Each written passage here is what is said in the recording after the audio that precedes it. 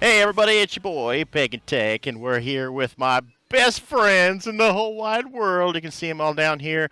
This is the Round Table of Fools, where we get together and we talk about just whatever the hell we want to. Take it away, Tommy! Oh, thank you very much. Thank you. Well, as Pagan Tech so deftly put it, this is the Round Table of Fools. And before we start, I have a bone to pick. I am a nincompoop, sir. I am not a fool. So... My apologies. Okay, My apologies, well, Sir Nincompoop. And I'm an idiot. Oh, yes. Yeah. As long as we're clear on this, I'm okay with that. Anyway, welcome everybody. This is the second episode of we're calling the Round Table of Fools. So we talk about tech, we talk about pop culture, we talk about movies and music, and well, kind of whatever falls out of our brains at the time. So this airs on Signal to Noise on Sundays, and I can repeat it whenever I want to because I'm the boss, and so I can do that. So if I need an hour and a half, 2 hours to fill, I can throw it in there. So anyway, now I've got a different view on my camera here, or on my screen rather, so I'm going to go from top to bottom. At the top of my pile here, we've got the Green Bear. Say hello, sir. Hello, sir. There we go. Right below that is the aforementioned Pagan Tech with his super cool animated background flying through a asteroid field. Asteroid field. Thank you. They're roids of some kind. At least they're asteroids. Whoa! Jesus Christ! Whoa! Jeez, that was a big one. Yeah. Below him, we've got Jerry Formal in a strikingly handsome Sidney Crosby T-shirt. Thank you. Yes. Kudos on that from me, by the way. And at the bottom of the pile is myself. I am Tommy Scott, and this is the Round Table of Fools. So before we get into our first topic, let's do some quick plugs. So again, we'll start at the top. And Green Bear, plug it away, sir. You can catch me streaming on Twitch. During the week, I had twitch.com/thegreenbear. I've been doing just chats lately, just simply relaxing, chill, chatting with some background music. I usually do a lot of action games, science fiction, some puzzle games, but primarily I'm a science fiction gamer, and I like making a fool of myself. I'm not great at a lot of games, but I enjoy the hell out of them. Come up and see me sometime. Awesome. There we go. Yeah. Well, I mean, if you're good at making a fool of yourself, you're certainly in the right chat room here. So, That's true. Pagan Tech. Oh, me? Okay. Yes. That'd be me. Yes, you can find me on twitch.tv/PAGANTEK, Pagan Tech. The word tech is not spelled like TECH because I kind of agree with carriers. I don't like using tech in people's usernames because they could spoof the actual technicians of that carrier. It is frowned upon. Yes. So, PAGANTEK. Twitch.tv. Okay. Jerry Formal, what do you have to plug today? I don't have any plugs yet still. The server's not up still either, for that matter. Okay. I will mention, though, if you don't mind, that you did stream the building of a Lego set the other night. I did, yeah. I bought the 4 Perfect Drive set, from the Harry Potter line. I just streamed it to a Discord server with a few friends of mine. That was pretty fun to do. Yeah, cool. You had a pretty good setup in there too, so that was that was cool. I can make a logo and, for that. Of course. Oh no. Oh. So I am at Signal to Noise or stnradio.com. Signal to Noise, that is my radio station. I am not 24 hours yet. I broadcast on Tuesdays, Wednesdays, Fridays, Saturdays, and Sundays. We have, Saturday coming up. We've got it's variously called the Dance Party, and it's also called the Plague That Makes Your Booty Move. So we do basically from 7 until midnight or 1 a.m. It's just all dance music, whether it's hip hop, techno, trance, whatever. If it's got a beat, we'll play it. And then Sunday mornings, my wife does a show, a Beatles themed show. And then Sunday evening, Jerry Formal and myself, we do a metal show. And, we do our best to melt faces and speakers and whatnot. But we have a good time. It's always fun. So cool. All right. So without further ado, I said do. CGI. Somebody brought this up. I think Green Bear suggested this topic: CGI versus practical effects vis-a-vis movies and movie making, and probably TV too. Because if you think about it, like the Marvel, let's just take the Marvel series that are playing, for example. Like right now, I think the Falcon and the Winter Soldier are wrapping up. Or that series is wrapping up. Anymore, those limited series are just basically like an extended movie, honestly. And so I don't know. I mean, I'm sure there's a lot of CGI in there, but I mean, I would assume there's a bunch of practical in there as well. So anyway, Green Bear, the floor is yours. And don't look down at the floor again, damn it. What? I don't know what you're talking about. Yeah. Uh-huh. That only works once. Had to try. Back in the early 90s, actually, maybe the late 80s, early 90s, the Honeycomb cereal had a character called Hungry. And he was this little... Watching the commercial, I couldn't tell if he was CGI or a puppet. Turns out he's both. And they used that same trick in Jurassic Park. They actually built in Jurassic Park a life-size T-Rex that could actually, bend down and bite the Jeep and lift it up and throw it. I mean, that actually exists. Then for close-ups, they would... Now, this is my opinion. And if you look at it, I think you can probably see what makes me believe this. In some scenes, some of the dinosaurs look too real. Because they are real. But there are areas and parts where a practical effect would show that it's a practical effect. Right. It wouldn't look believable. With Hungry on the Honeycomb thing, they had the puppet, but its eyes were CGI'd. Interesting. And you can't tell where the CGI ends and the puppet begins, and what it comes out is this surreal thing. It looks amazing. If it was in fact actually CGI and practical, then it was an impressive piece for when it came out. Mm-hmm. But it was really phenomenal. Then, and I kind of call that a hybrid. Like the T-Rex was a hybrid. Mm-hmm.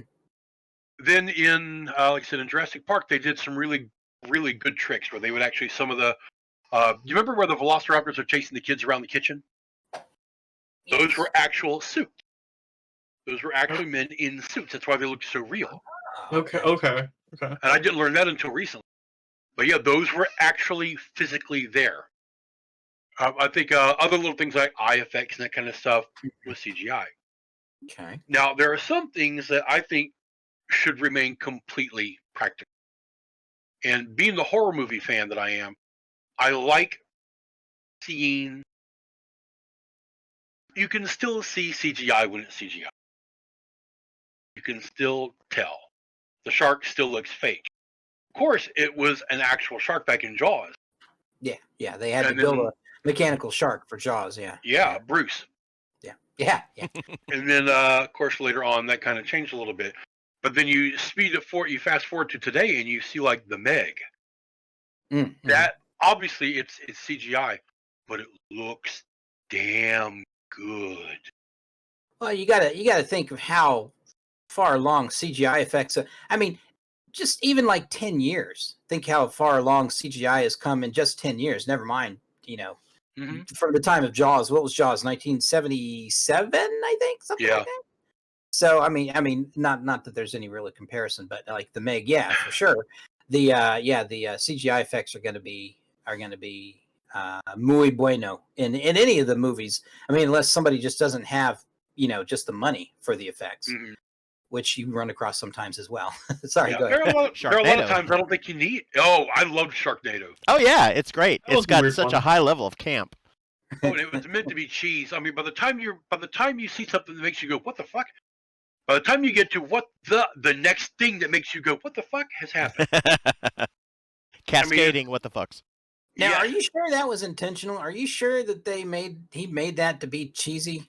Oh, Or did he make Oh, it yeah, and then, yeah. yeah, okay. All right. Okay. absolutely.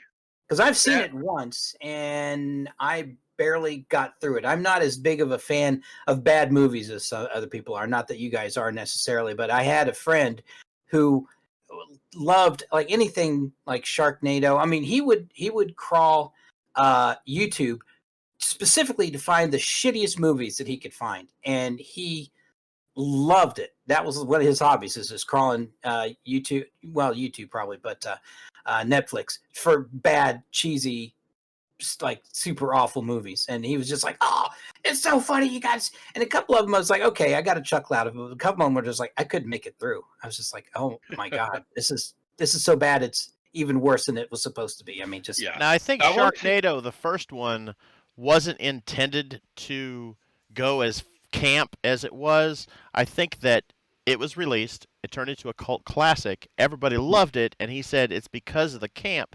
They went 200% camp the next time. They said, that worked the first time, let's double it. And then they kept going with that same pattern. I think the Sharknado first came one. out on my birthday when I was living in Pittsburgh. Oh. yeah, Yep. I believe I remember that actually. Now. Yeah. We watched it on my birthday, and I just love it. Yeah.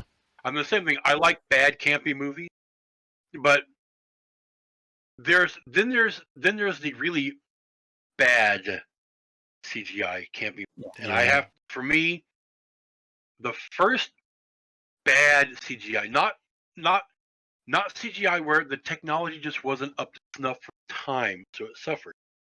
But where the CGI was so bad, it broke me out of the immersion. Right. And that was Mortal Kombat 2 Annihilation. Oh. It was horrid. Horrid. It was so bad, it looked like a high schooler did it with a watch. It was just awful.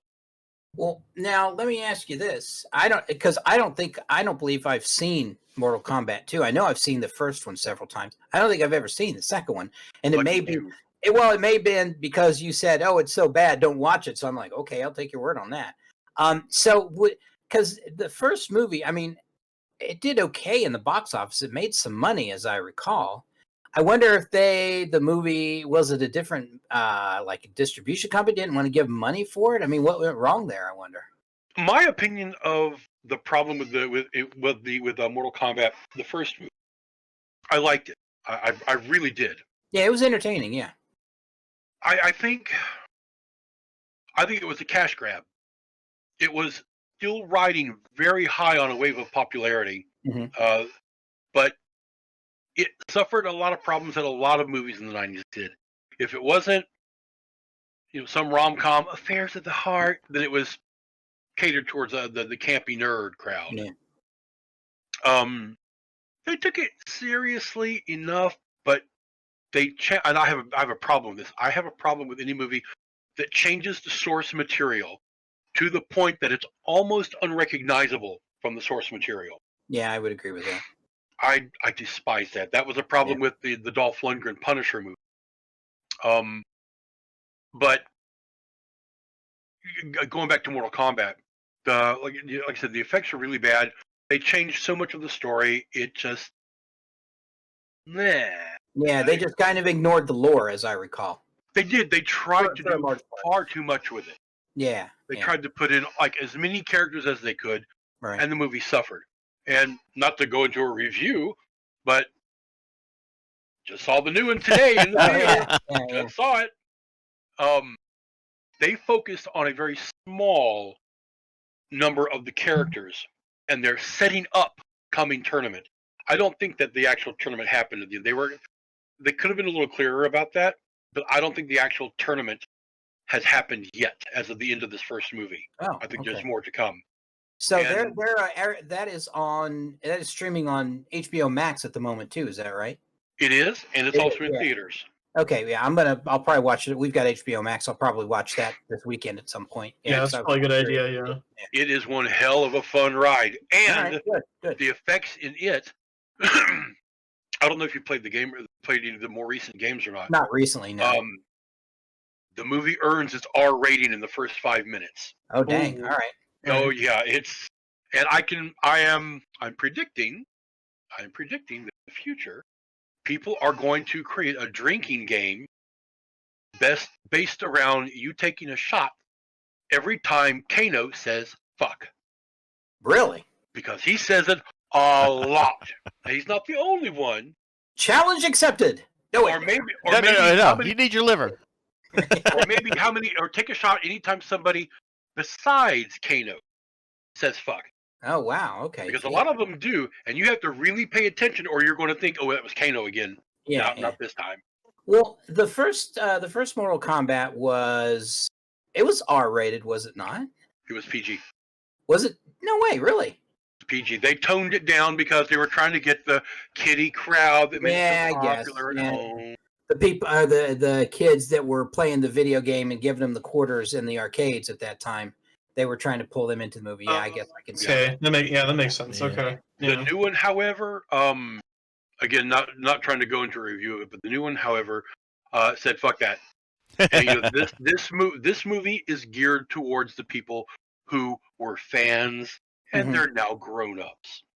Awesome. And- Well, that's good. I mean, because I'm with you. Like, for example, because I know, again, I'm not the Mortal Kombat aficionado that you are, but I do know that all the characters have a certain backstory and a lore to them, and they were either friends before, or some of them fought before, or have met each other before. There's all this like background stuff, and then, like you said, sometimes movies, rather than the people that are writing the movies going, "Hey, we've got all this stuff that already exists.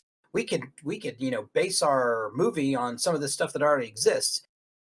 They just throw all that out, throw the baby out with the bathwater, and then just write their own movie. And it's just like, what are you doing? There's all this really cool stuff right here that you could have used and made everybody happy. Yeah. Case in point, Okay. in the game, the most famous rivalry is Scorpion and Sub-Zero. Oh, sure. Yeah. Yeah. There's a lot of history behind those two characters that a lot of people, when the first game came out, people didn't really pay a lot of attention to. It was just, oh, it's fighting and killing and everything. But after about a year, do you remember when you and I went to Atlanta and we went to an arcade and we saw Mortal Kombat 2 Mhm. and had the little guy pop up and go, Toasty! Yeah. And you and I both went, what the fuck was that? That's exactly what we said, actually. Yeah. Okay. About that time, people had begun to pick up on the fact that there actually was a pretty involved backstory behind these characters. And if you Right. just stopped and watched the game, not play it, but watch it, you'd learn it. Because it tells you about each character's reason for being there, like a whole little screen about their background. Oh, yeah. I think I remember that now. Yes. Yeah. And then, Yeah. then Yeah. depending on which character you beat the game with, you got what would happen if they had won. Right. Okay. Yeah. That's cool. So the thing stayed there. Well, where I was trying to go with all this was the fatalities in here, and this going into special effects here.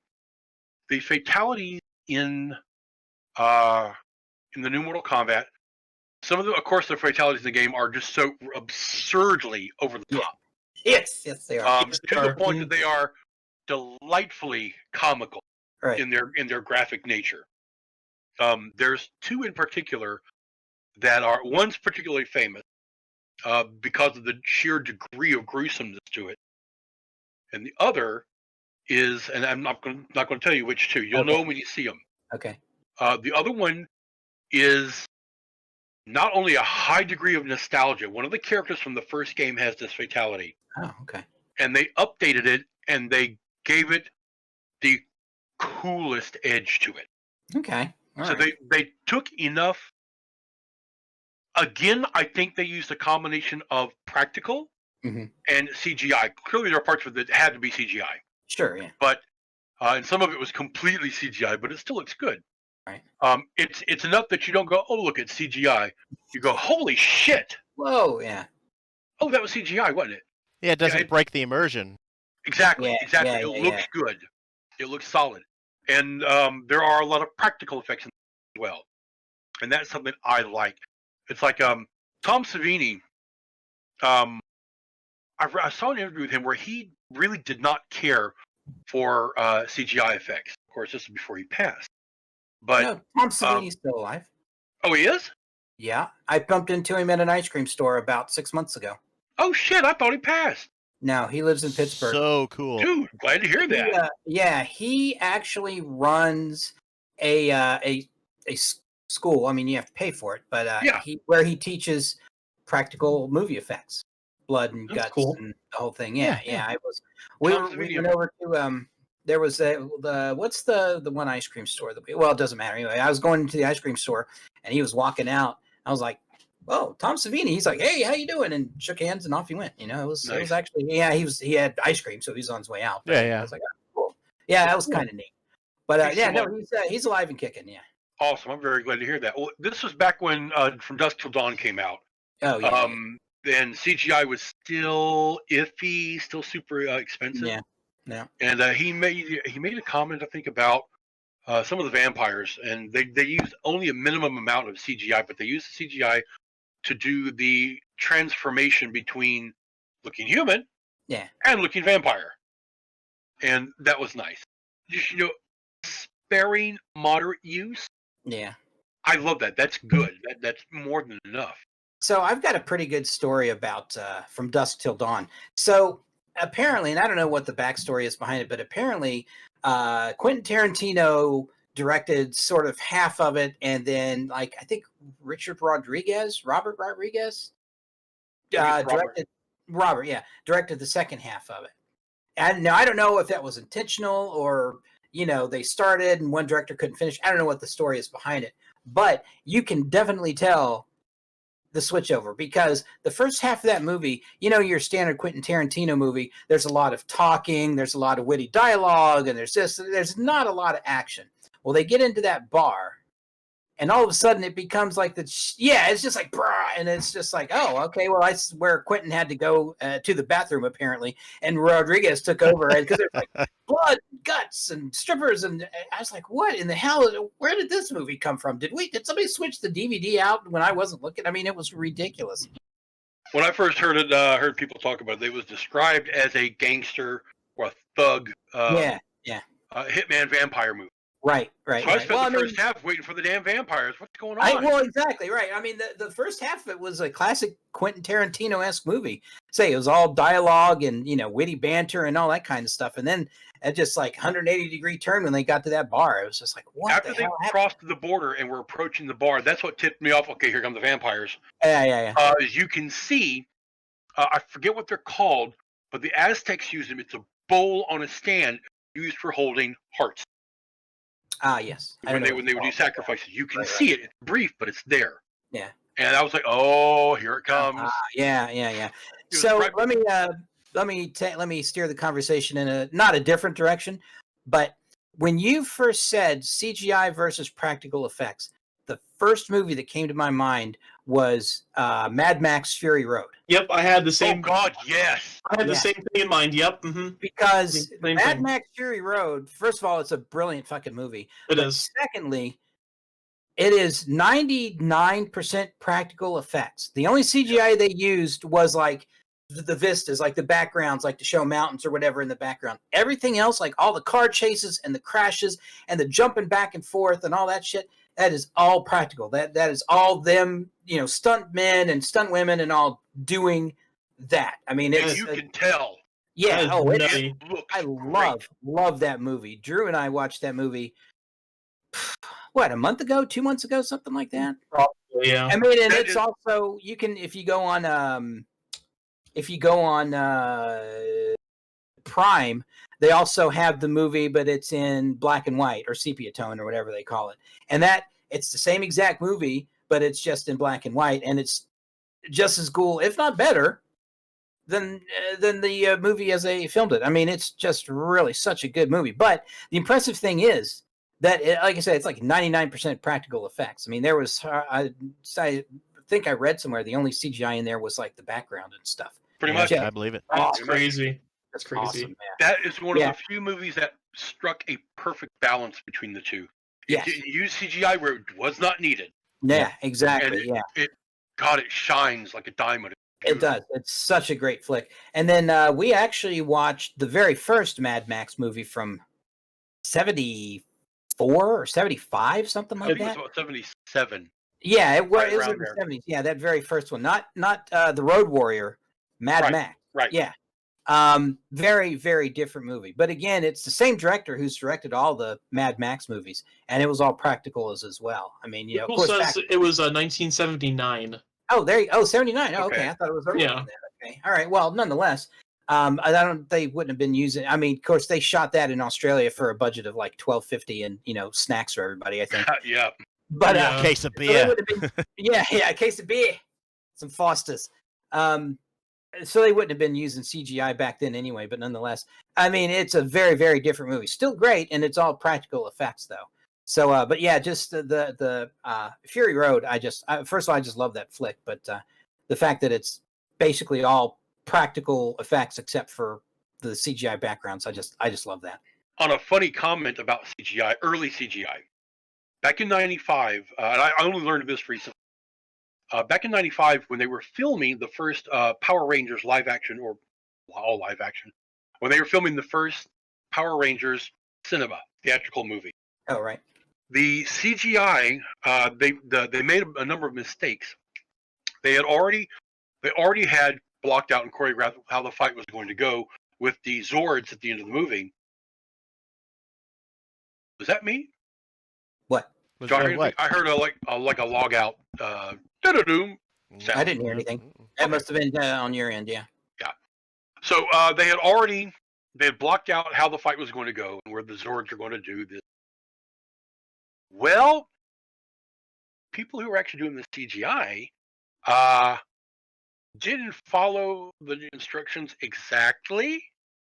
So, like, if the one Zord is supposed to be here, and this is important, if the one Zord was supposed to be here, it was actually supposed to be over here. Well, by the time the studio got it, they had already filmed the fight scenes, and they would just, like in post-production, add the Zords to it. Of course, none of that lined up. And they had to refilm the entire Zord battle, or several parts of the Zord battle, because at that time, they would render the CGI, and that was it. You couldn't move it around. You couldn't manipulate it. It was where it was. That's it. And It that was was cheaper it. Okay. to refilm than it was to re-render. Yes, and it was much more expensive, exactly, to re-render it. And they were like, geez. nope. So they had to redo the entire fight scene. And as opposed to today, where they can manipulate and do whatever the hell they want, In real time. pretty much. Yeah. I like seeing technology progress. That's a form of tech porn. Yeah, and Oh, yeah. speaking of CGI and practical and the mixing thereof, the Lord of the Rings movies, Gollum was Andy Serkis in a bodysuit, and they just basically superimposed Gollum over top of him. But for all intents and purposes, that was him doing the acting and the speaking for Yeah, Gollum. the mocap. And yeah, and then motion capture. That's exactly that's what I was trying to think of. Yeah, which again to me is just mind blowing. Oh, and then in number 2, when they did Gollum for the first movie, they had a distinct Gollum face. That was it. In the second movie, everybody loved Andy Serkis as Gollum to the point that they actually mapped his face for Gollum and then changed it to Gollum. Oh, cool. Okay, So in the first movie, there is a little bit of a difference between that Gollum's face and Gollum in the second and third movie. And well, he didn't have a whole lot of screen time in the first movie anyway, really. So Right. not that much anyway. So yeah.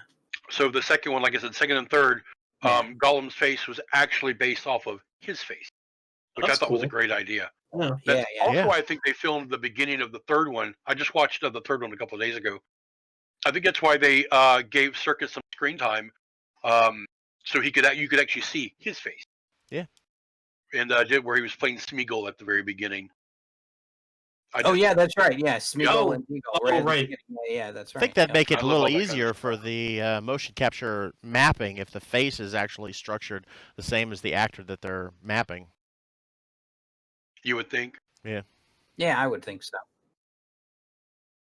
So that's. Go ahead. I was just gonna say that's really all the kind of points I really want. I love CGI. I really do. I Yeah, love it when it's done well. I hate it when it's a piece of shit. yeah. You can tell when they're trying, and then practical effects. I mean, practical effects will never actually really look real. No one's actually filming a severed stump for a head with all the guts and everything, I hope not. but it's more than enough for the viewers to be able to get it. Well, now here's something that I enjoy too. So Evil Dead 3, well, they didn't call it Evil Dead 3, they called it Army of Army Darkness. of Darkness. Oh yeah. There's a how it was made, sort of a featurette at the end of the Blu-rays that I've watched several times. And the Army of the Dead wasn't CGI; it was all practical. Now, some of those skeletons you could tell were rubbery and Yes. fake. I mean, let's be honest. But the way they shot them, and just to me, part of the magic of making movies is when they can take these fake skeletons, essentially, and make them look like an army and have all different armor on them and all this stuff. I just thought it was super cool the way they did that, because again, they didn't. I mean, there was probably some CGI in there, but there wasn't a whole lot. I think they did stop motion in that one, didn't they? Stop motion, yes, there was a lot of stop motion. Yeah. For the skeletons, yeah. Like for the hero skeletons, there was stop motion. Yes, that's correct. We were talking about CGI that really takes you out of the moment. I think the one that really smacks me around is The Rock in The Mummy Returns. That horrible Scorpion King disaster. That really took me out. That was not good. Now, the first Mummy movie is amazing. The one with Brendan Fraser, and I can't remember the actress's name, but we watched that not too long ago as well. That was really good. Great movie, yeah. What's the Scorpion King was the third? Or was the second one? No. At the end of The Mummy, when they go into something and they find the Scorpion King. Oh, so at the end of The Mummy too, because that wasn't at the end of the The Mummy Returns was the one that he showed up in. That Returns, was the okay. Yes. Yeah. Now, I think that's the Okay. sequel to the first one. Yeah, yes. it was horrible. Yeah. And then The that movie was spawned fine, off. but the CGI on the King. King was. That was one of The Rock's first big movies, I think. Might have been his first movie for that. I think the spin-off, he's the in, like, every Scorpion other King, movie. was actually his breakout movie. Yeah. And that was a fun movie. Yeah. Okay, I've never seen The Scorpion King. It's good. Yeah, okay, I'll have to prime that one or something, I guess. I've heard talk that he's really serious about either rebooting the Scorpion King or doing a sequel to the Scorpion King, but he really wants to return to that universe. I can't wait to see him in the next Shazam movie. Did you guys see the Hell first yeah. Shazam Oh movie? yeah, that was great. Oh, dude, that was such a good flick. I wish DC. Now, you guys know I'm a DC fanboy from way back. I wish Warner Brothers or whoever freaking owns DC these days. I mean, I don't even know anymore. I wish they would take a cue from Marvel / Disney / the conglomeration that's taken over the earth. As far as, let's have a cohesive universe for all of these awesome characters. I mean, Superman and Batman and Wonder Woman and Shazam and the Flash, and you could go on and on. And they've got like almost 100 years worth of characters to pull from. But they do stuff like, you've got the CW with all those shows. They call that the Arrowverse. So that's like a whole universe unto itself. Then they've got like the Christian Bale Batman movies.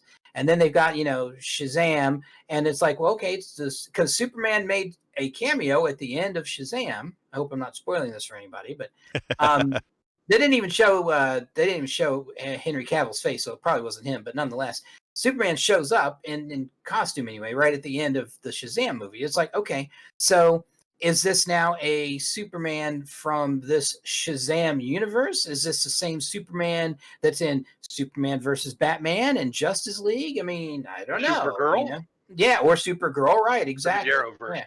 That'd be Arrowverse, yeah. So, and they actually did on the CW and the Arrowverse, they actually did a Crisis on Infinite Earths, which was an awesome DC comic series back in, I think, the mid to late 80s. They did a 12 issue. And they, because what it was is, if I can digress for a minute, at that time, DC had been making comics for 50, 75 years or whatever. So they had a problem where, okay, well, Batman's been around for 60 years, let's say, Bruce Wayne isn't going to be fighting crime at 80 years old or whatnot, and then they had, the Superman from, obviously 1928 or whatever. So they had all these characters that have been around for just ever. So then they, so what they would do is they would just start another comic line. And it's like, oh, look, it's young Batman again. Oh, it's a different, So then they had all of these, books. They had all these series, in different universes. And then Crisis on Infinite Earths basically melded them all back down into one universe. I think that's what they tried to do with the CW Arrowverse with their Crisis on Infinite Earths, because I distinctly remember watching one of the episodes, and it was like there was something happening, and like, for example, they showed, remember the 1989 Batman movie, the reporter in there, I can't remember, Wall. The actor's name was Robert Wuhl. Robert, yes. Robert Wuhl. He played a reporter in the 1989 Batman movie. Well, in this Crisis on Infinite Earths on the CW, they've, whatever's going on, it's him, and he's like, looking around, and that they called that like Earth 89 or something like that, because that was he was from the 1989 Batman movie, And then, of course, they had, from the Arrowverse, and they had some of the actors from, remember the movie, the series Smallville?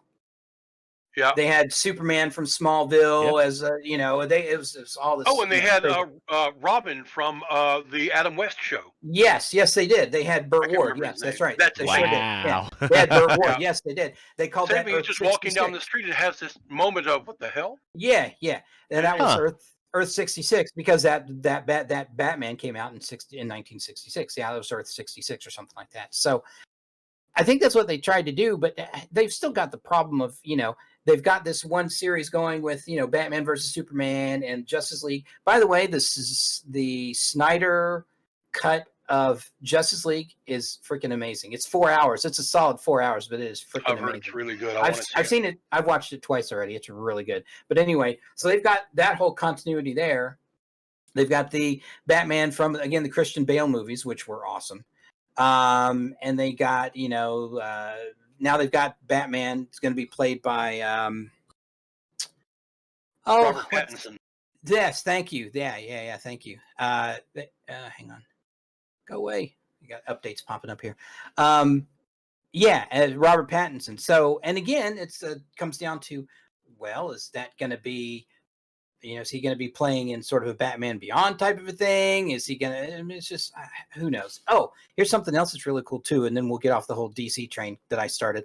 Michael Keaton, who played Batman in the 89 movie and then in Batman Returns, he is going to play Batman in the Flash movie that has started production. Flashpoint, yes. So they are using the Ezra Miller as the Flash, who was in Justice League and all that. Okay. So he's going to be the Flash, and I guess it's going to involve time travel, because the Flash discovered that he can time travel in the Snyderverse, I guess, whatever you want to call it. Or Spoilers. Not time travel, but he can. Oh yeah, well, sorry. Did you see the episode of the Flash where he showed up in the Arrowverse? Yeah, that's right, he did. Yeah, that's right. I forgot about that. Yes, he sure did. Anyway, I just think it's cool, and apparently, like, the Michael Keaton Batman is going to meet maybe the Ben Affleck Batman. They're not real sure yet, but anyway, that should be interesting. That was something that I've heard two different things. I've heard that Keaton was going to play the 89 Batman. Yeah. He's going to play our Batman, for lack of a better description. Right. And the other thing I've heard is that he's going to play Thomas Wayne. He's going to play the one Batman's where father. Yes. where he became Batman instead. Interesting. Okay. I I don't hadn't know. heard that actually. Yeah. I don't Oh. know which one's going to come true with that. I had heard, of course, we're just full of rumors. I had heard that Michael Keaton that they were trying to talk to him about one of the Batman storylines, that Batman was old and retired and was handing off the mantle to somebody else. It was still Bruce Wayne, but Bruce Wayne was old. He was done. He was That handing should it be the off. Batman Beyond. That's Beyond, the plot of Batman okay. Beyond. Yeah. That would be cool too. There's a lot of people really want to make that. Yes. Yes. That would make for a great series or a great movie or two. Actually, That'd be Batman a very good Beyond would. cyberpunk film. Oh yeah, it sure would. Yeah. And he was something else came to mind, and I can't remember what it was now. Probably having something to do with Batman again. Anyway. I want to go back Right. to Mortal Kombat for a moment. Oh yeah. Right, This sure. is something for you. Okay. Okay, the music for Mortal Kombat 1 and 2 back in the 90s was just a big techno grab. Yeah. Both of those soundtracks, not the score, the soundtracks. Yeah. Just screamed techno, get on the dance floor. Everybody knows Mortal Kombat. Well, I mean, when you talk about '90s techno, I mean, Mortal Kombat. That's for sure. This movie has none of that. Oh, okay. This has a fully developed score for it. Nice. And the only time you hear songs, it's like in the background. It just happens to be ambience. And that was something that I picked up really quick in this movie. You're not telling me on the movie, telling me it doesn't have any cool music in it. I mean, no, the score is fucking amazing. Oh no, I'm sure the score is fine. Yeah. No poppy radio. I loved everything about it. Okay, and I just wanted to let you know. Yeah. You and I have talked cool. about scores before. Right. Past, and you and I both have a sense of movie scores. Yeah, I mean, I love movie scores. If you look right over here, those are all my movie soundtracks. Oh, look at Batman approved. There's Batman right on the wall. Yep, look at that. Yeah, there's that Michael Keaton Batman there. Yep. Yeah. And then you can see in the hallway there. That's a one sheet from the 1989 Batman, actually. So if I understand what you're telling me, right? You, based on what I've seen and what I've heard, you like Batman? Am I right? No, not really. Music. Okay. Yeah, exactly. The whole Bat Dance thing. Yes, I have been. Yeah, well, I've got that soundtrack too. Actually, the Prince soundtrack from the '89 movie. No, I've been a Batman geek since I was. I mean, probably since I was like 5 or 6, and I found a comic book we were out at a store, and I remember seeing Batman comic and asking my parents to buy it for me. I've been a Batman geek ever since then. So I mean, and I fully admit it. Yeah, I love it. All right. Anything else on this topic, or shall we take a break and then move on? I think a break would do well. Okay. Pagan Tech, break time? Sounds like a break to me. Let's hit All right. Jerry Formal, let's take a break. break time. Let's call it like 5 or 10. We'll be back because I got to pee.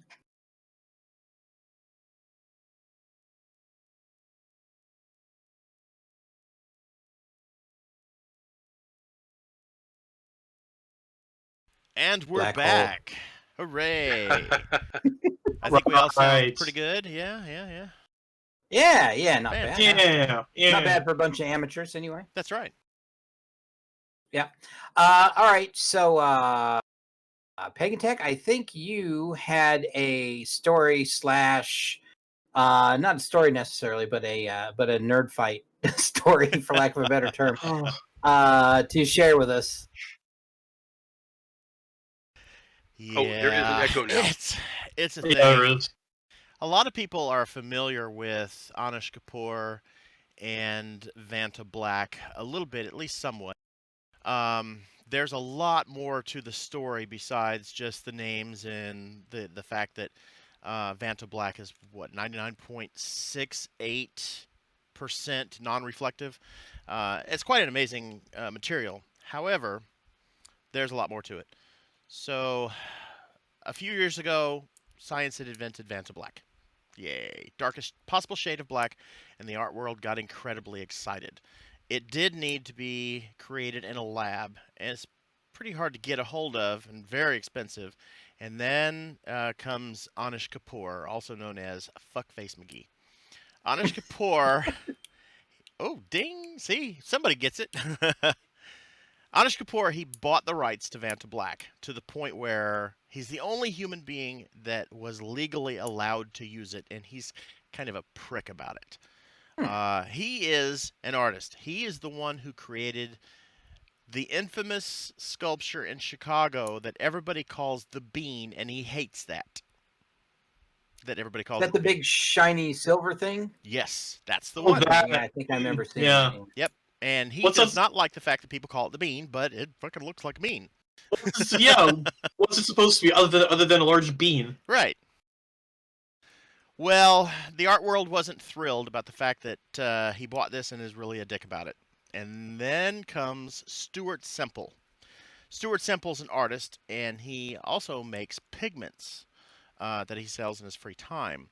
Now, Stuart Semple's pretty pissed about this whole Vanta Black nonsense, and specifically Anish Kapoor's dickery. Stuart Semple makes a new pigment, just to fuck with the world, and he calls it's the brightest shade of pink ever, called the pinkest pink, and he puts it on sale on the internet to be bought by everyone except Anish Kapoor. I mean, literally, to purchase, you need to confirm that you are not Anish Kapoor, do not associate with Anish Kapoor, do not sell or give the pigment to Anish Kapoor or his associates. It's hilarious. That is hilarious. It's even in the purchase agreement. So the art world has a great laugh. Everybody buys Pink is Pink because it's awesome, and the art world deserves something pretty cool. But Anish Kapoor, however, is a penis and will not take this lying down because how dare he not have everything, right?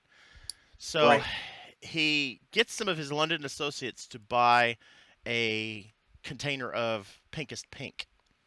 And of course, being such a classy human being, he posts a picture to Instagram of him with his middle finger covered in Pinkest Pink, captioning, "Up yours!" #pink.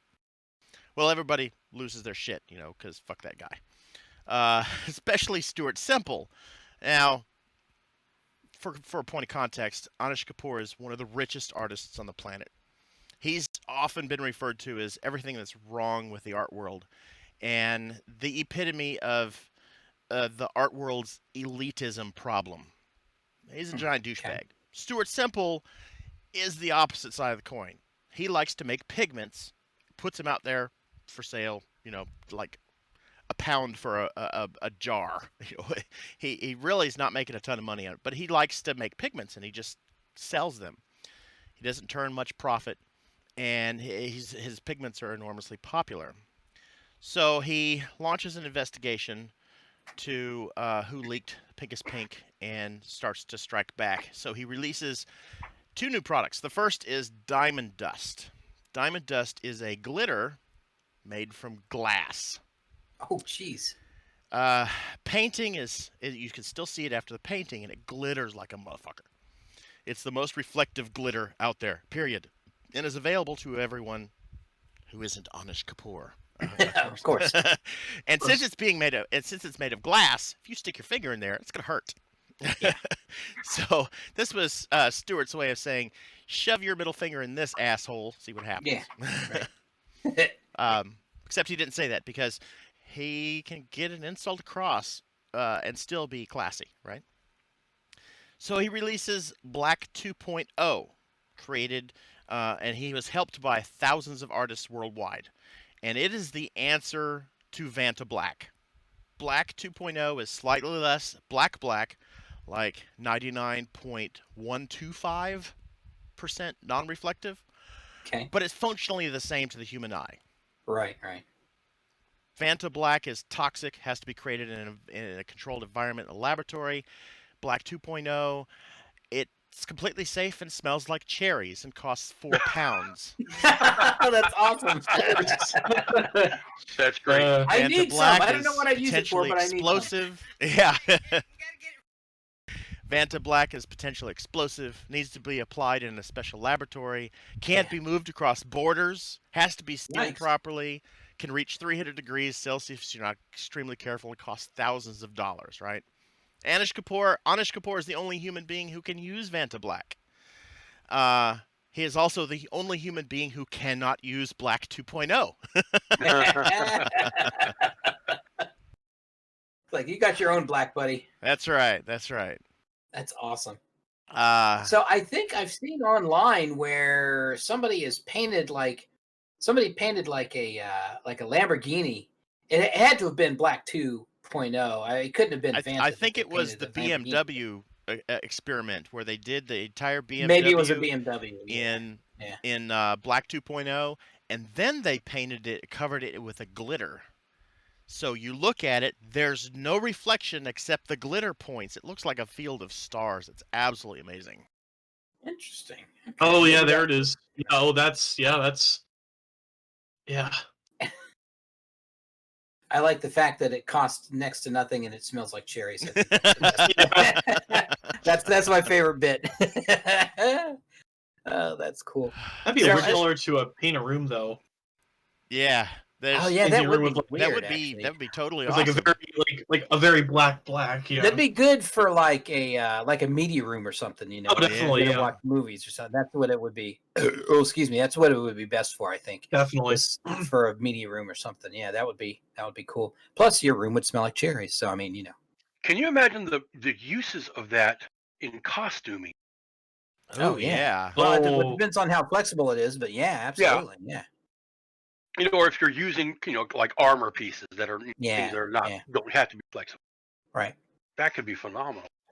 But you could all think about this though, like if you had like a bodysuit and painted it in black 2.0 and put armor over top of it, then the gaps between your armor or the gaps between the costume pieces, it wouldn't look like there was anything there. It would be it would be so dark and black and it would just look like nothing. That would be cool actually. Yeah.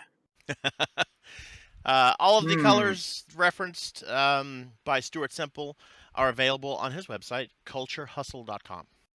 Culturehustle.com. Okay, Yep. that's And cool. the only criteria for buying them is that you are not Anish Kapoor, that you are not associated with Anish Kapoor. You'll not sell it to Anish Kapoor, nor are you part of his family. Oh, I am lovely. none of those things. Okay. Thankfully, I'm not. No. But that is Oh, the wonderful pettiness of art feuding in the 21st Yeah. century. in addition to Black 2.0, I'm on the website right now. There is a Black 3.0 now, apparently. Ooh, wow. Does it smell like grape or something? Let's be awesome. see here. Yeah.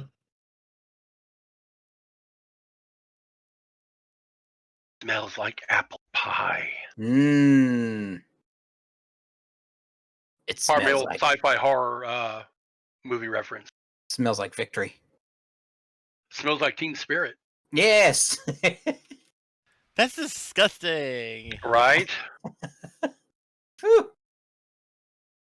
Who let out some? Anyway, I want to All say right. that Stuart Semple, or at least some of his friends and close acquaintances, they were releasing a whole bunch of dates in calendars, like Windex the bean and paint the bean black so they can't Windex it, and kiss the bean day and pour paint thinner on half the bean and then paint it black, Oh, man.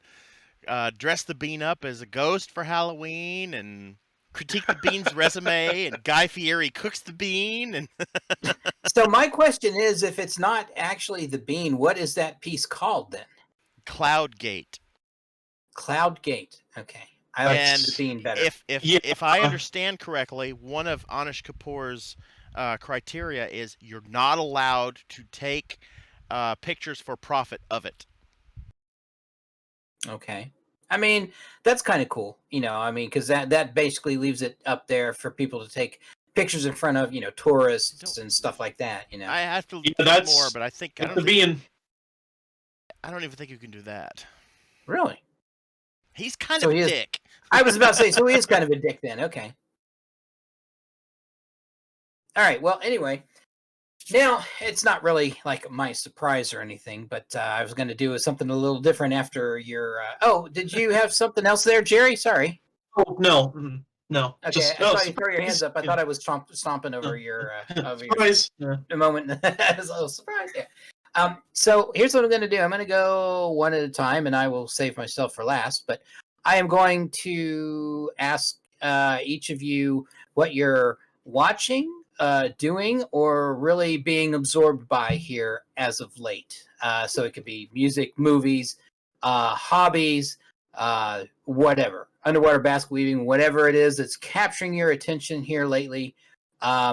Expound upon it, and we'll see where the conversation takes us. So, who wants to go first? You know what? We'll go with Jerry first. Okay. So, what are you watching, listening to, doing, seeing, or otherwise participating in here that's really captured you lately?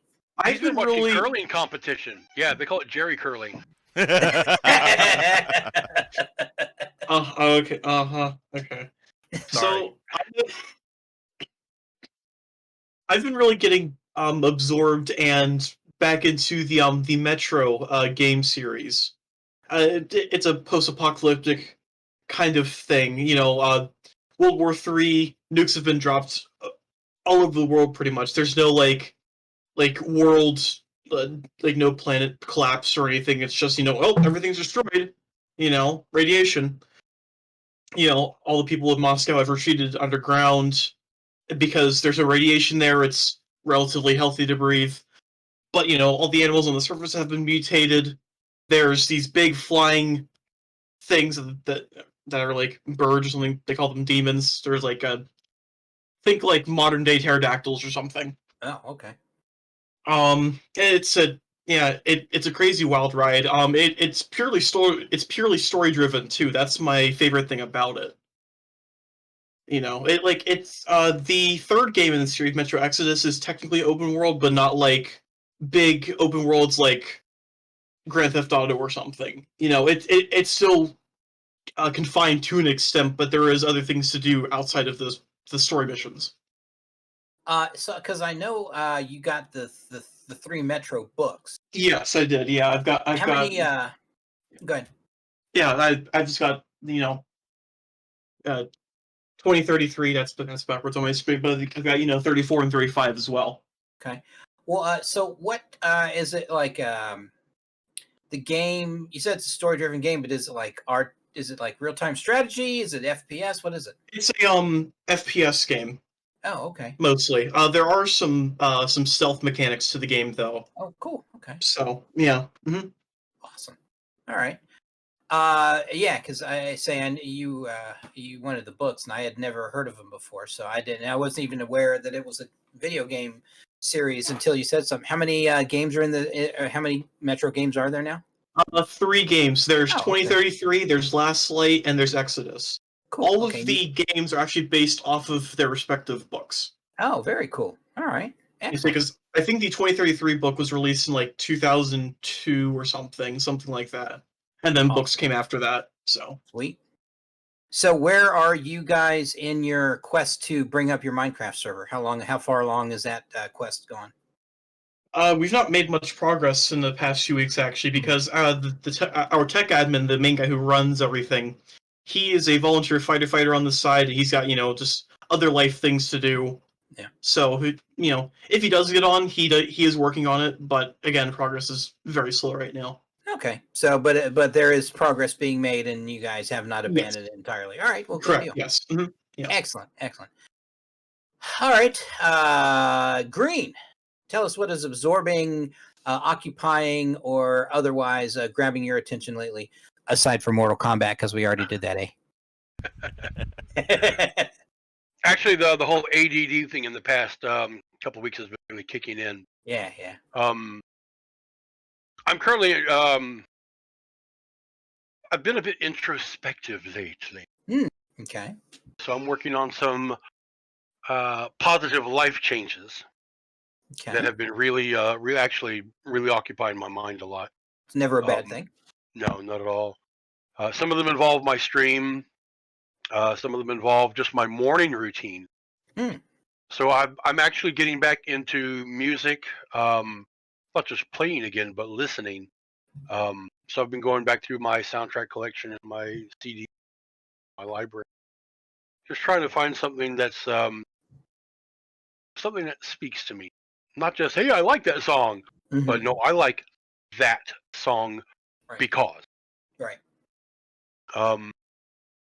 Yes, I've been doing that. I've been looking at delving a little further into VR, but the first thing I've got to do is I've got to get a a battery pack because 2 hours is just not enough time to play walkabout putt-putt with my. Yeah. So is it because we don't have like a battery pack. So is it like an external battery pack that you wear, or it is? Okay. Mhm. Now there are a number of them out there, but there's one about the size of an old pack of cigarettes, Oh, and it okay. hangs off the back of your headset. It actually works really well as a counterbalance to I the was about to say it weight of might the help visor. kind of balance it out. Yes, That's kind of cool. Okay. yes, it does. It's not difficult. I'm also looking to get in a new headband for mine, and just doing some general changes to it. I also want to get Pagan Tech to come over here at some point in the near future once I'm comfortable with where I am. And I want to get this area set up. I've got an extra camera that I'm going to set up so that I can start streaming VR games while I'm playing them. Actually, Jerry and I were talking about streaming VR games earlier. Actually, I mean, I don't know how to do it, but we were talking about that and I think I mentioned it last week too. It would be hilarious to watch a simultaneous stream of me in VR playing Drunken Bar Fight, and then just a shot of me stumbling around my living room, swinging my arms like an idiot. I think that would be hilarious. But anyway, sorry. Go When ahead. you're ready, just let me know and I'll help you technically because I've got that figured out. Okay.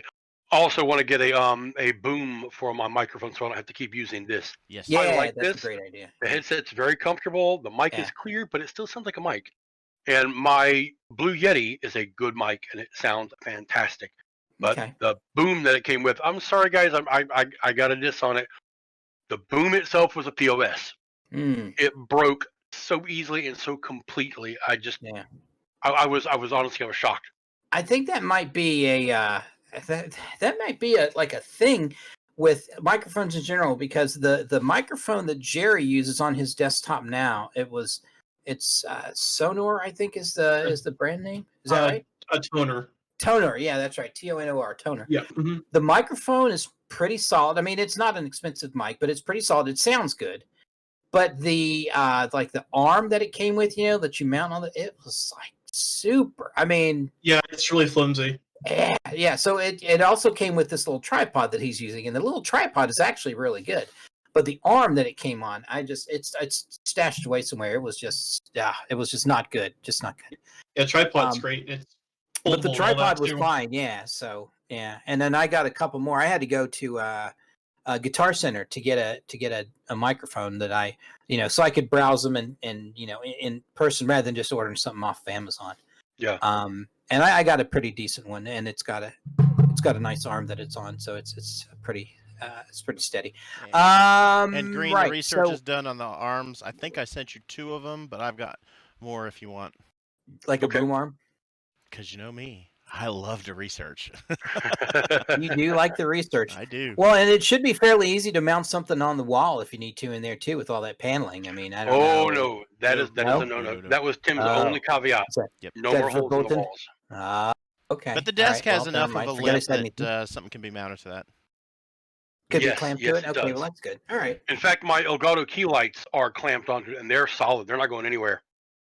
Oh, and if I can throw a suggestion out, you can take it or leave it. Do you have a Stream Deck? Because Stream Decks are pretty nice. Yeah. I've got the small one. I want the next size up because that's another thing I've been doing lately. I'm trying to get. They keep updating the Stream Deck, and I forked out the money and I fully bought the full voice mod software. Yeah. It's easy to use. It's got a great sound. It's got a Mhm. great variety. I upgraded recently and got all the soundboards that they have to offer. Oh, cool. Yeah. And I'm in the process of relearning because there's been a few upgrades since I last did it Right. on how to put everything onto my Stream Deck. Oh, okay. And I love my Stream Deck. I just that's something else that they did recently that I can't quite figure out yet. Ooh, Stream Decks are nice, but I got my eyes on a loop deck. Well, I've seen this loop thing- decks too. Those look pretty cool. Yeah, they are nice. I can There's, transition that over to my flight sim because it's got knobs and switches and buttons. Oh. Knobs. Knobs. You said knob. Only other thing that's keeping me really occupied right now is I've been looking at a couple different games. A big thing I'm doing right now is I'm doing just chatting stream. Mhm. I am, because I love to talk. Well, Yeah. Let me amend that. It's not that I love to talk. I'm good at talking, and I can. Yes. And Agreed. it's how I connect with people. I actually used to Yeah. feel really self-conscious about it, but that's how I connect. So I've been looking at a number of different games, and I recently rediscovered my love of Japanese language. So I've started reteaching myself katakana and hiragana. Those are the Japanese equivalent of, well, pretty much approximation of print and cursive. Oh, okay. And Okay. then from there, the next step is to start learning kanji. But I'm just working on the most basic level right now, is doing that. So while I'm doing that, there's this thing I found called kanji training game, and it's just simply it says the name of the kana, which is a letter, and then you select the one that goes with it, and that's all it is. You just take your time. And so I'm just sitting here, la la la la la, clickety click click click, and then somebody comes in my room and we start talking, and I That's love it. awesome. It's Yeah. been very relaxing. So you actually haven't been streaming any of your gaming lately. You've just been sort of casual streaming. Casual streaming, yes, but I have been doing other games. I'm streaming a lot more often now. Oh, okay. All right. I mean, since this whole injury with my neck Oh, and my yeah. arm thing happened, I'm not going out or moving an awful lot like I was. Right. So I'm sitting here and I'm doing what I can. And it's actually been something of a blessing. I've been able to focus more on this, Yeah. which I love. Yeah. But I have been doing games. I actually started streaming this game called The Dark Side Detective, Okay. which is Sounds cool.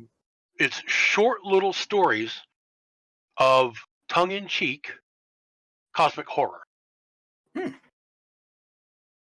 That sounds interesting, actually. It is, and it's Yeah. got that same pixelated art like games like Oxenfree has, or it looks like something that would have been on possibly even the Atari. The old Okay. 2600. It's very block art, but it's tongue-in-cheek and it's fun, and I like it.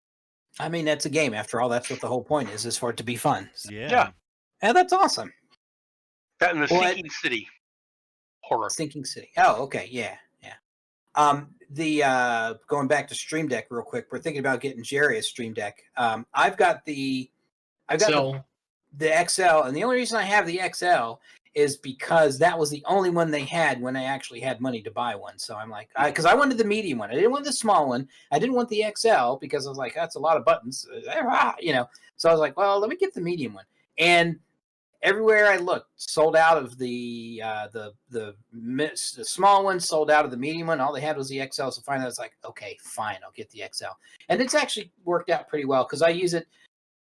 It has a module, I guess, that you download that plugs into my virtual mixer that I use. So I can pause and pause. I can mute and unmute all of my because I have 3 microphones.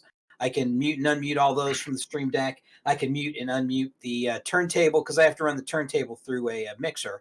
So I can just mute the whole mixer channel all just with the push of a button. It's got, I use it mainly as a soundboard for playing fart noises. But anyway, and it does stuff too. Like you can open Shocking! up. Yeah, I know, right? I mean, it can open up. I probably am underutilizing it, but I mean, it's I can open up web pages, and I've got one of the little things that it comes with is it keeps track on one of the buttons of your CPU usage, like real time CPU usage. So you can see that there's a little analog clock button. It does all kinds of cool stuff. But we're thinking about getting Jerry just the medium one at some point. Because when he starts to do his streaming stuff more frequently, it's probably going to come in super handy. oh, definitely, yeah. I got to share just a very quick, very brief story. Okay. One of my favorite memories of living up in Pittsburgh, going back to the fart noises and the soundboards, folks. Tommy and I have been friends since we were kids. We've known each other for fucking ever. There is few things more simultaneously disappointing and hysterical than 2 grown men sitting in a living room with a fart soundboard making each other laugh so hard you have to go pee.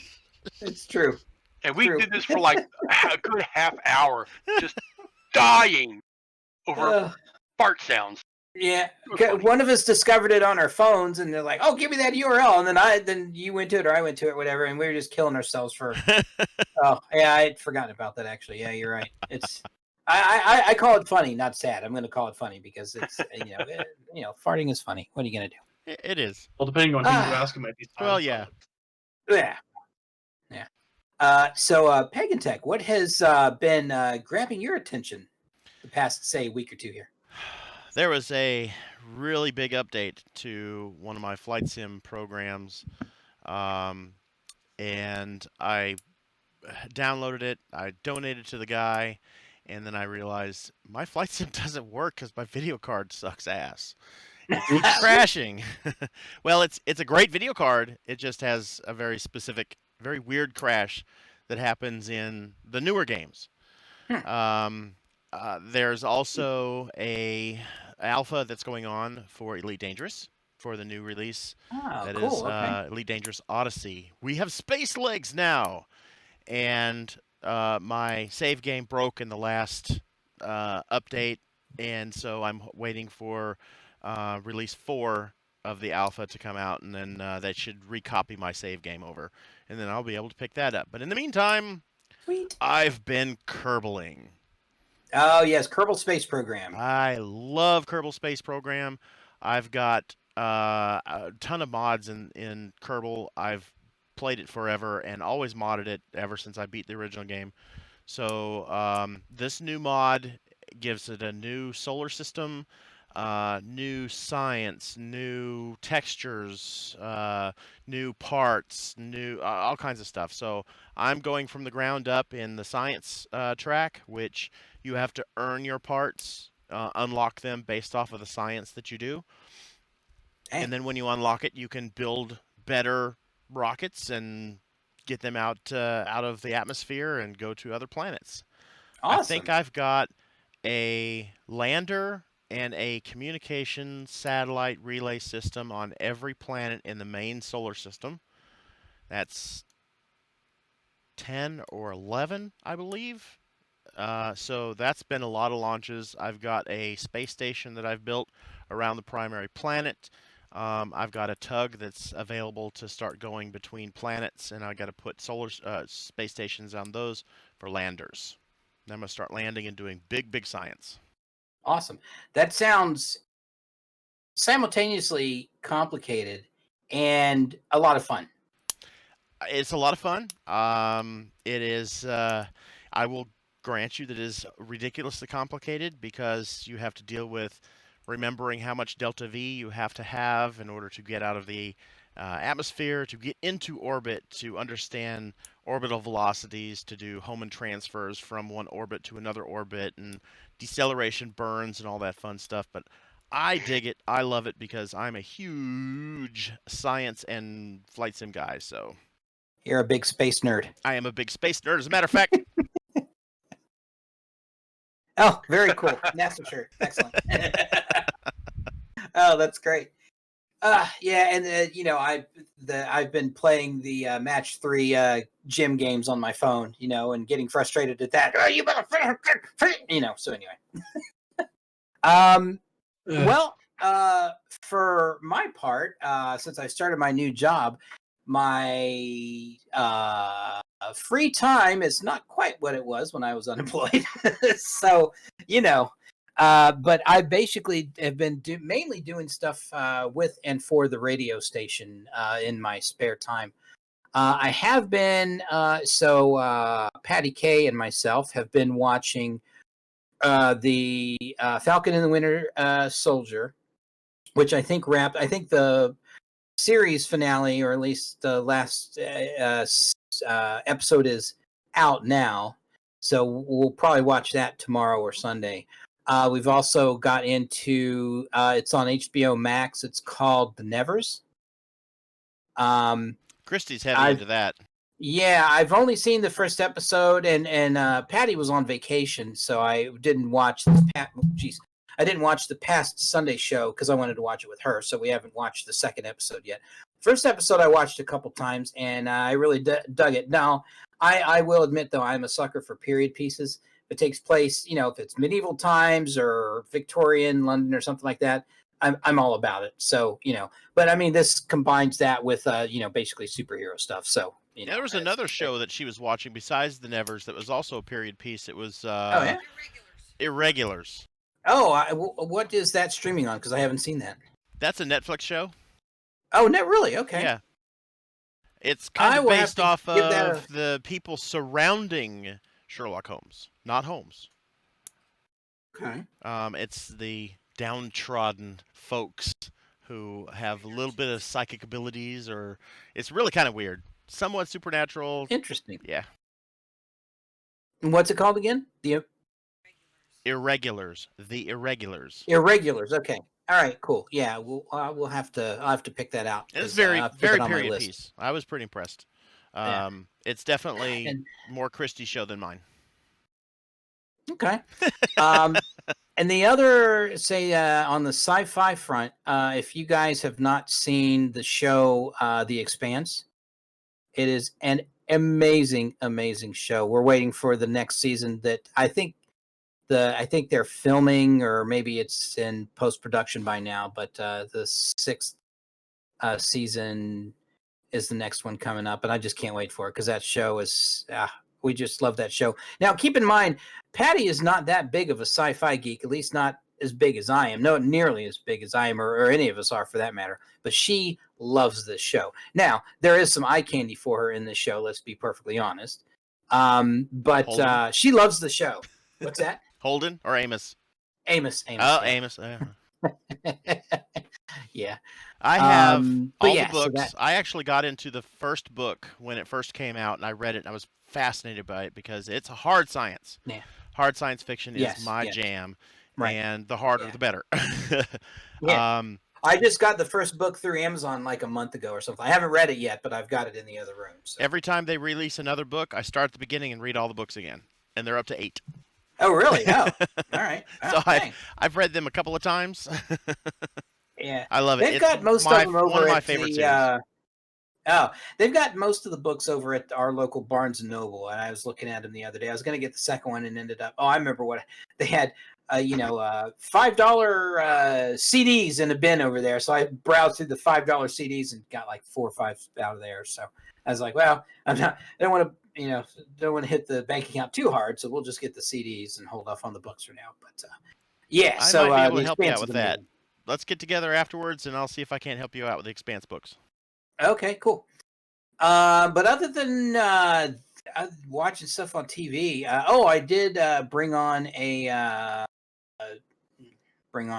I have a friend doing social media for STN, and I would imagine that once we get to the point, we can have her do social media for the network if we wanted to. Do you guys remember Carrie Little Crow? Yeah. Yeah, she's doing. She just started tonight, actually, doing social media posts for STN. I put out a call on Facebook because I'll be perfectly honest. I love doing the music stuff and all the technical stuff. I'm bad at social media. I forget, or I remember, but it's like 5 minutes before the show's supposed to start. Not enough time for people to see the post and then hop on and listen. So. I'm gonna work with her, and for now she'll do that.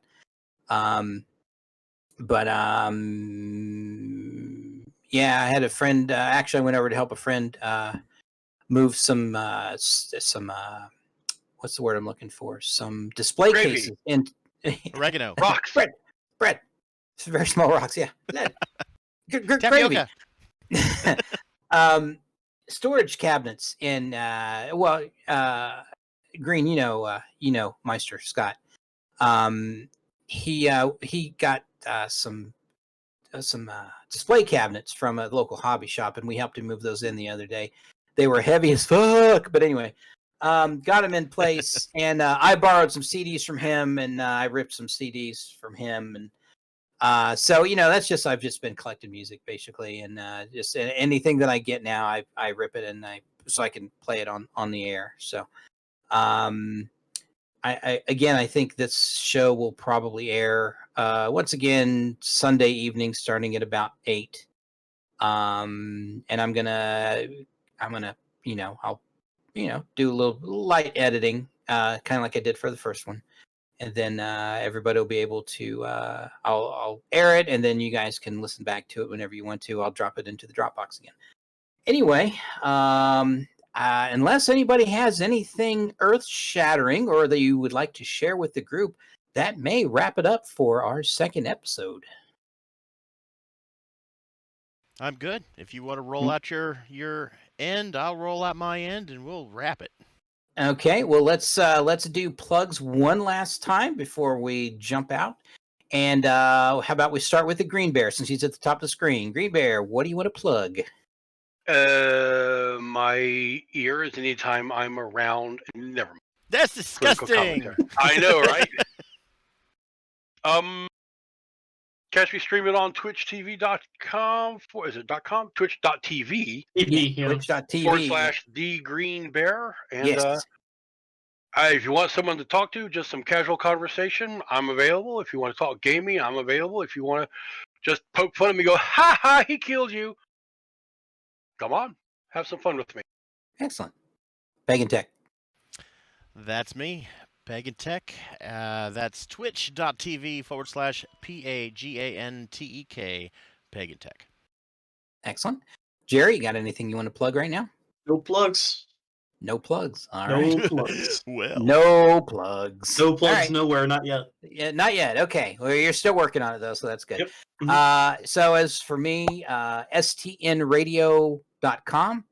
I broadcast on Tuesdays, Wednesdays, Fridays, Saturdays, and Sundays. Weekends are real heavy because we got special programming and just all kinds of fun stuff going on. So if you go to stnradio.com, right there on the one and only page, it's not a very deep website. All the information's right up front, so it's easy to find. You can listen if I'm broadcasting from right there from the page, and the FAQ is there, and the schedule is there. Actually, I need to update the webpage with this broadcast, and I've dropped a Sunday show that I was doing. I don't know. I may do it again. I'm kind of on the fence about it, but anyway, because I wasn't getting many people listening. So real quick, Patty's show that she does, the Beatles, Brunch with the Beatles, she does 2 hours of, she gets 5-10 people listening, wow, nice. Yeah. And as soon as she's done, nothing. I'm like, great, thanks. That's great. Appreciate it. Yeah. But I mean, her show is really good. So I mean, I can't complain. So, but Jerry and I get a lot of listeners on that metal show when we do it at 6 p.m. on Sunday. So, and that's always fun. We always get in here and just make a bunch of noise and have a good time. Be there. Anyway. Be there. Heck yeah. Yeah. All right. Okay. Well, I think that's going to wrap it up for episode number 2. So, Pagan Tech, do your thing there. All right. Do your ending thing. I appreciate anybody who's been sticking around, and you have watched episode number 2 of the Roundtable of Fools. Special shout out to Grandpa Gary, who inspired me to talk about the Anish Kapoor situation. I thought that was pretty cool. So, special shout out, Grandpa Gary. Y'all take care. See you next time.